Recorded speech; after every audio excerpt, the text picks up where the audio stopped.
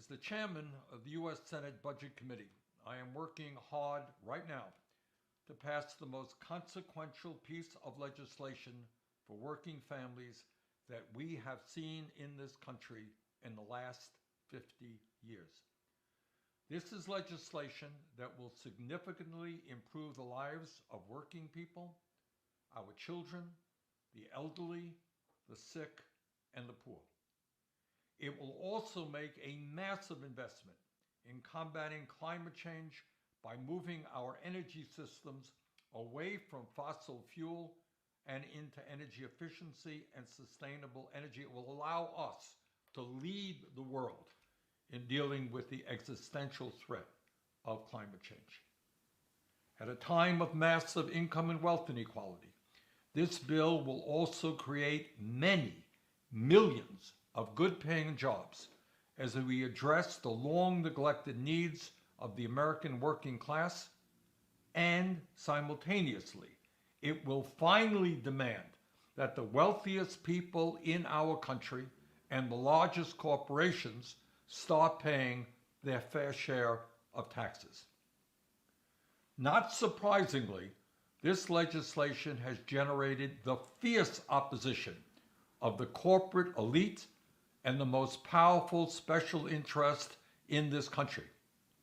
And they are fighting back fiercely to protect their interests and are spending many, many hundreds of millions of dollars to do that through their lobbying, through their campaign contributions, and their advertising. They are shocked. They are just shocked that the government of the United States is actually trying to do something for working families and not just the wealthy and the powerful. Now, the healthcare industry, which, as all of you know, charges us by far the highest prices in the world for our healthcare, is doing everything they can to stop the expansion of Medicare to cover dental needs, hearing aids, and eyeglasses. The fossil fuel industry is willing to sacrifice the future of our planet in order to protect their short-term profits and to continue our dependence on fossil fuel. And of course, the wealthiest people in this country love a tax system. They just love it, in which in some years, billionaires and large corporations pay nothing, not a dime, in federal income taxes, and which allows working people to have an effective tax rate that is higher than some of the wealthiest people in this country. That's the kind of tax system that they love. That's the system they want to maintain. How could it be any better when billionaires don't pay anything in taxes? And when we talk about this overall legislation, Build Back Better, let us be very clear. Poll after poll after poll shows enormous support on the part of the American people for raising taxes on the very rich, for expanding Medicare to cover dental, hearing, and eyeglasses, and to combat climate change and reduce carbon emissions. In other words, the essential elements of this legislation is enormously popular and is supported by working families all across this country, Democrats, Republicans, and independents. There are many excellent provisions in this bill which deserve serious discussion. But tonight, I want to say a few words to you about one of the most popular and important provisions in this legislation. And that is the need to substantially lower prescription drug prices in America by finally taking on the greed of the pharmaceutical industry and demanding that Medicare negotiate lower prices with this enormously powerful special interest. Frankly, it is simply not acceptable that uniquely in the entire world, the pharmaceutical industry here in America can raise prices to any level that they want, anytime that they want. Let's be very clear. The overriding motivation of the pharmaceutical industry is greed. That's what it is. Their overriding goal is to make as much money as they can by squeezing as much as they possibly can out of the sick, out of the elderly, and out of the desperate.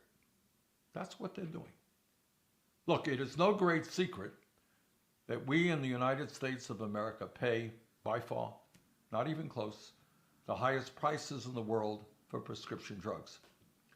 Unbelievably, in some cases, we pay 10 times as much for prescription drugs in this country as do the people in countries like Canada, the United Kingdom, Germany, France, Australia, and other countries around the world. Now, some of you may know, on 2 occasions, once a number of years ago and once just 2 years ago, I have taken Americans over the border into Canada to purchase prescription drugs. In one case, I did that from Vermont, and I was with a bus load of working class women who were struggling with breast cancer. And we went to Montreal, Canada, in order to buy the breast cancer drug tamoxifen. In the other case, I left from Detroit, Michigan to go to Windsor, Ontario in Canada in order for the people who were with me to purchase insulin that they need because they are diabetic. In both cases, one for tamoxifen, one for insulin, the people who were with me were able to purchase these desperately needed prescription drugs for 1/10 of the price that they were paying in the United States. Can you imagine that? Can you imagine the absurdity of the same product made by the same company sold in Canada for 1/10 of the price that it is sold in the United States? And I will tell you honestly that I will never forget the tears in both trips that we made. The tears of people who were with me, who are fighting life-threatening illnesses, one diabetes, the other breast cancer, and they were able to go to Canada and get the medicine that they need for a tiny fraction, 1/10 of the price that they're paying in the United States of America. Let me tell you what a dysfunctional healthcare system is about. In our country today, nearly 1 out of every 4 Americans cannot afford the medications that their doctors prescribe. Let me repeat that. 1 out of every 4 Americans cannot afford the medications that their doctors prescribe. Now, how insane is that? Why do you go to the doctor? You go to the doctor because you're sick. And the doctor diagnoses your illness, and in many cases will say, all right, look, this is the medicine that you need. And yet 1 out of 4 Americans cannot afford to purchase the medicine that their doctors prescribe. And what that means is that millions of people every year get sicker than they should because they cannot afford the medicine their doctors prescribe. Some will end up in the emergency room at great cost to our healthcare system, while others will actually lose their lives. All because of the unaffordability of prescription drugs in our country. This should not be happening in the United States of America, the wealthiest country on earth. According to a study last year by epidemiologists at Yale University, some 68,000 Americans die each and every year because they cannot afford to get the health care that they need when they need it. How shocking is that? 68,000 people die because they can't get to a doctor or a nurse when they should. While we do not know the exact number, there's no question, but that many thousands of these people die because they're unable to afford the prescription drugs that they need. In other words, the greed of the pharmaceutical industry is literally killing our fellow Americans. And all over this country, the American people are asking a very simple question. How many people need to die? How many people need to get unnecessarily sicker? How many people need to suffer before the United States Congress is prepared to finally take on the greed of the prescription drug industry? Enough is enough. We have been talking about this issue decade after decade after decade. And the reality is that a life-saving prescription drug does not mean anything if you cannot afford to buy that drug. And that is now the case for millions of people in our country. And let me be very clear. While millions of Americans cannot afford the outrageous price of prescription drugs, pharmaceutical companies, year after year, make obscene profits and pay their executives exorbitant, I mean exorbitant, compensation packages. Last year alone, the 6 largest drug companies in our country made nearly $50 billion in profit. Let me repeat that again. 6 largest drug companies made nearly $50 billion in profits, while the 10 highest CEOs earned in the pharmaceutical industry over $500 million in total compensation. And just let me give you a few examples of the greed within the pharmaceutical industry. In 2020, the CEO of Regeneron Pharmaceuticals made over $135 million in total compensation, while another executive at the company raked in more than $134 million. That's over $250 million for 2 executives in one company in compensation. Just a few years ago, the former CEO of Gilead, a major drug company, became a billionaire by charging $1,000 for the hepatitis C drug Sovaldi that was developed by the Veterans Administration, cost just $1 to manufacture, and by the way, can be purchased in India for just $4. United States, $1,000. In India, $4. In 2016, the chairman of Mylan received a $164 million compensation package after his company jacked up the price of an EpiPen by 550% over a 9-year period. What else does the pharmaceutical industry do with the record-breaking profits that they make year after year after year? Well, over the past 20 years, they have spent over $4.5 billion on lobbying. Got that? Over the last 20 years, they have spent over $4.5 billion on lobbying and hundreds of millions of dollars in campaign contributions. Today, right now, in Washington, D.C., as we debate whether or not Medicare should negotiate prescription drug prices, the pharmaceutical industry is employing nearly 1,500 lobbyists in D.C. alone. You got that? Nearly 1,500 lobbyists in Washington,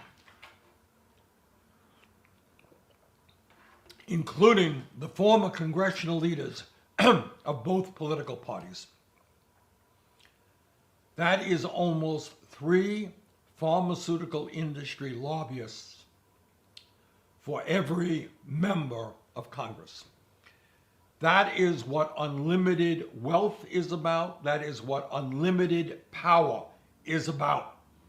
They will spend as much as they need to, many hundreds of millions of dollars, just to make sure that you pay by far the highest prices in the world for the medicine that you need.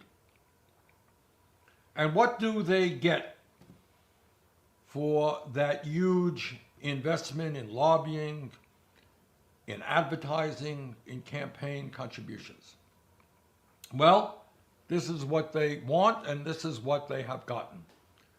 They get the ability to raise the price of prescription drugs at any time they want, at any amount they want, for any reason that they want.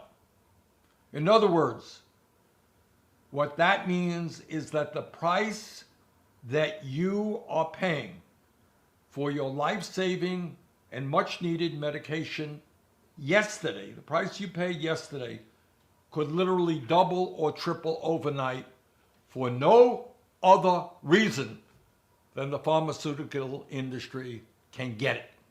It's all greed. It has nothing to do with market economics. It just has to do that they can raise the price to any level they want because there is no law to stop them. And that is why they spend billions of dollars on lobbying, on advertising, can't turn on TV without seeing their ads, on campaign contributions. In other words, the prescription drug industry, through their wealth and their power and their ability to bribe members of Congress with massive campaign contributions, can get away with ripping off the American people by charging whatever outrageous price that they possibly can. And today, as we speak, the prescription drug industry is at it again. They are spending many millions of dollars on campaign contributions, on TV ads, and on lobbying in order to defeat the Build Back Better Act that will finally lower the cost of prescription drugs by giving Medicare the ability to negotiate with the pharmaceutical industry, something, by the way, that the Veterans Administration has been doing for nearly 30 years. This is not a radical idea.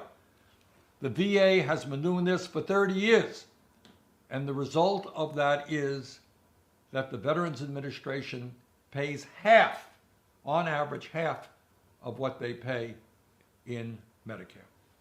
According to a Gallup poll that was done in June of this year, 81% of the American people support this policy because they understand that Medicare should not be paying twice as much for the same prescription drugs as the Veterans Administration. And if the VA can negotiate with the pharmaceutical companies to substantially reduce the price of prescription drugs, if every major country on earth can negotiate to lower drug prices, you know what?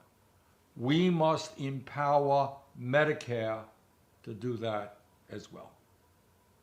There is no rational reason other than greed for the pharmaceutical industry to charge the American people $98.70 for a standard unit of insulin that can be purchased in the United Kingdom for just $7.52. You got that?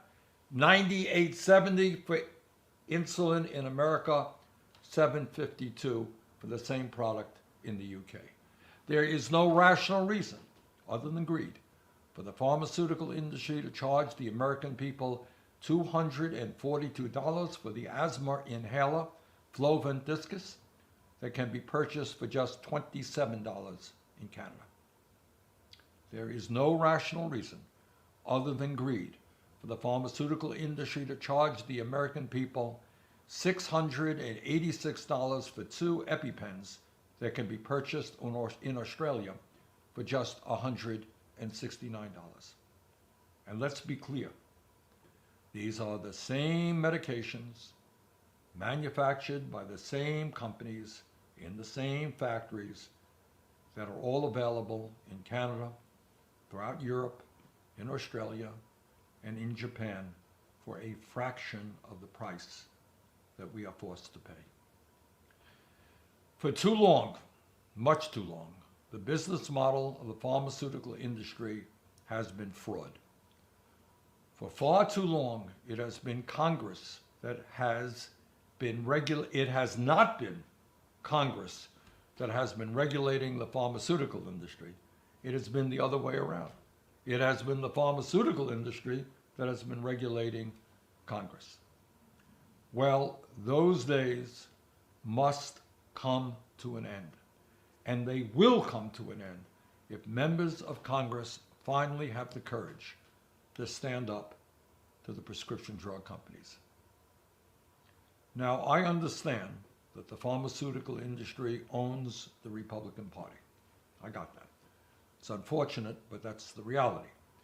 And I understand that there will not be one Republican, unbelievably, not one Republican in the entire Senate or the House who has the courage to stand up for his or her constituents and lower the cost of prescription drugs. That's pathetic, but it's true.